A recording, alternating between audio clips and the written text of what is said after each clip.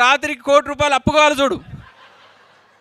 ఓసారి అప్పులోళ్ళందరికీ జోర్దార్ సపట్లు అని కొట్టాలి. కొట్టరు, ఏం కాదు, ఏం కాదు, కొట్టు. ఓ అయినా సపట్లు కొట్టలా అంటే ఈడ సపట్లు కొట్టలేడు. మా గురువు గారు అన్నారు, నిరంజన్ దళిద్రం పోవాలంటే దొరికినప్పుడల్లా సపట్లు కొట్టురా అన్నాడు. ఏమన్నాడు?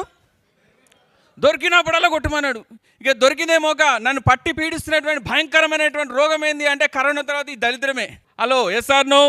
అవకాశం దొరికినప్పుడల్లా ఏం చేస్తున్నా, గట్టిగా సపట్లు కొడతా ఉన్నాం. దీంట్లో నరాలు ఉంటాయంట, అదృష్ట రేఖలు, దళిద్ర రేఖలు ఉంటాయంట.